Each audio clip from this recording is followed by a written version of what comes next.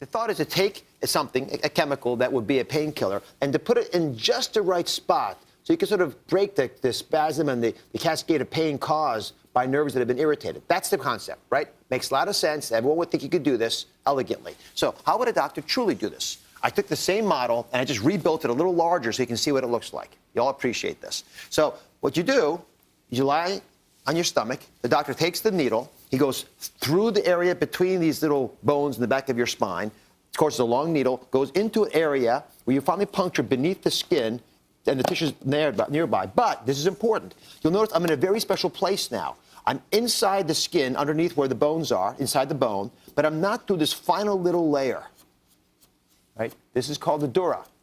This protects the spinal cord, which is all here. So your spinal cord, this layer, protective layer, and this needle has to be outside of those. If done correctly, it does this. You got all this stuff coming out and it's displaying where it needs to go, and everyone's happy. However, if the doctor goes just a little too deep, and that's not much, my friends, all of a sudden that goop, it gets on your spine. And it crumples those spinal the nerves. All these things get crunched up together, and they begin to collapse down. That causes that shriveling that you saw in that video where the nerves have been damaged. It can even lead to paralysis. So I want to bring in rehab and pain researcher Dr. Janna Friedly, who has studied the effects of these epidural steroid shots. Dr. Friedly, are these shots as dangerous as this investigation appears to reveal? Absolutely they are. In fact, we have new data at UW that suggests that they are even riskier than what's reported. So what we know is that these injections are riskier when they're performed by physicians who aren't well trained in safe techniques and who aren't cautious in their use. And do they really work? I mean, how effective are they? Most patients who get these injections are not going to improve with the injections. So what we know is that they are effective for short-term pain relief for people who have herniated discs with pinched nerves that cause radiating pain from the back down into the leg. But 75% of the people who get these injections don't have that condition, so they aren't likely to benefit. Let me bring in Dr. Paul Lynch, who's performed about 5,000 of these injections, and that you believe that they're safe and effective. You just saw the investigation and some of this commentary. I'd love to hear your thoughts on this. Yeah, I appreciate it, Dr. Oz. I think it's so important for your viewers and the people in the audience here today to understand a balanced approach to this, that there certainly are risks and we need to be aware, and it's so important that your doctor talks to you about the risks and benefit of any medical procedure you're thinking about.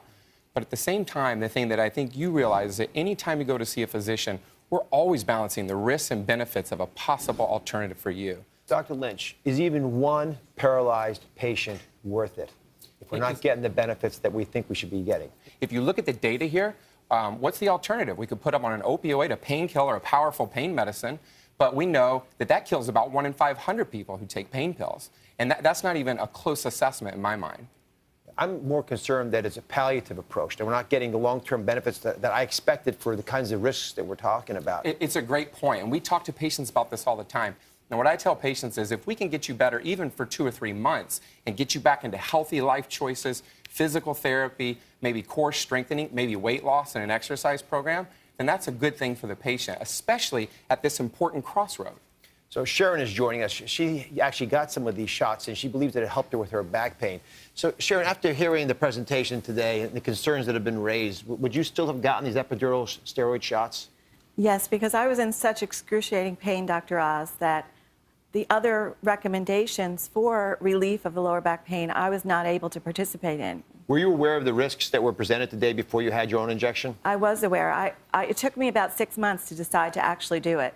But the quality of my life, and I was unfunctionable. I couldn't pick up my children. I couldn't bend over to do simple things. So for the many folks watching now who are in a lot of pain, and despite the concernings and misgivings that I think we've shared, still want to get an epidural steroid injection, what should they be looking for? All right, well, 3 tips gleaned from talking with dozens of doctors. First of all, time. Give yourself at least 6 weeks of rest and physical therapy, and only consider an injection if you've seen 0 progress from those. Second, know your diagnosis. Know you're one of those people with a pinched nerve that actually will respond to this treatment. Usually it means there's pain radiating down your leg, and it's really the leg pain that responds, if I'm not mistaken.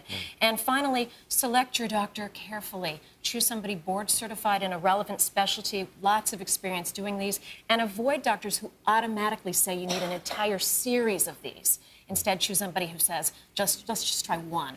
and see how we do. So let me offer my bottom line thoughts, because I've gone through this process quite a bit. I agree with the three major pain societies that say these injections should only be used for a small set of patients with pain radiating towards their legs, as Elisabeth mentioned.